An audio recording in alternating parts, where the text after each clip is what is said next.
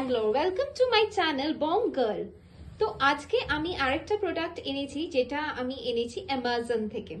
তো এই প্রোডাক্টটার নাম হলো পোট্রনিক্স, যেটা আমার দাম পড়েছে 1500। তো এবার আমরা দেখে নিই যে 1500-এ যে কোনো ব্র্যান্ড তো ভালোই দেয়, তো পোট্রনিক্স কি করলো।